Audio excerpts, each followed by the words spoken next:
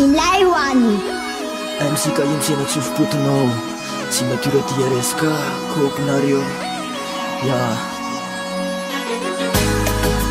mewanazo mewanazy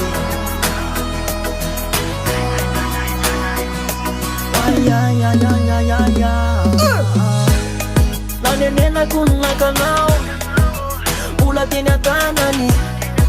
kanefa yanao ihany sisa nohany mba fananany yanao rery le voninkazo andravahan'ny tanànany yanao rery ka ilay toa tiny mba tatanany ka le rafity tsy atesy tsy atonga tsika ohatsake aleo menazy rafity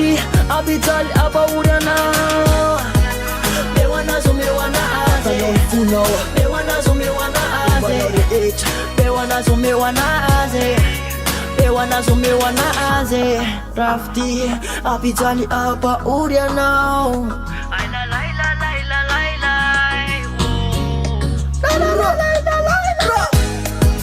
babanao manaky ay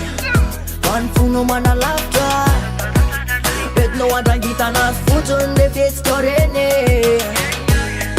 rafity avanjany ange tsy vita tondro molotra fotiny angelineny androanizany koa sasa velitendery ka le rafity tsy atesy tsy atonga tsika ohatsake aleo menazy rafity abijaly apahory anao mewanazo mewanazy mewanazo mewanazy mewanazo mewanazy rafity abijaly apahory anao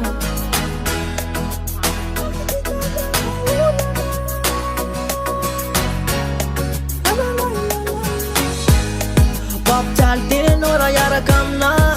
zalalalay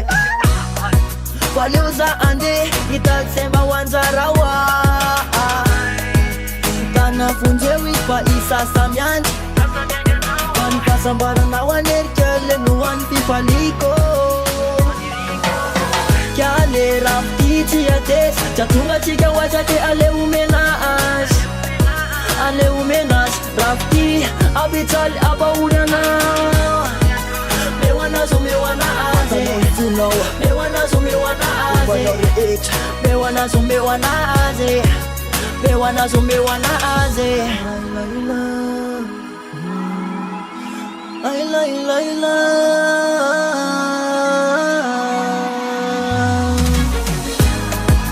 mewanazo mewanazy mewanazo mewanazy mewanazo mewanazy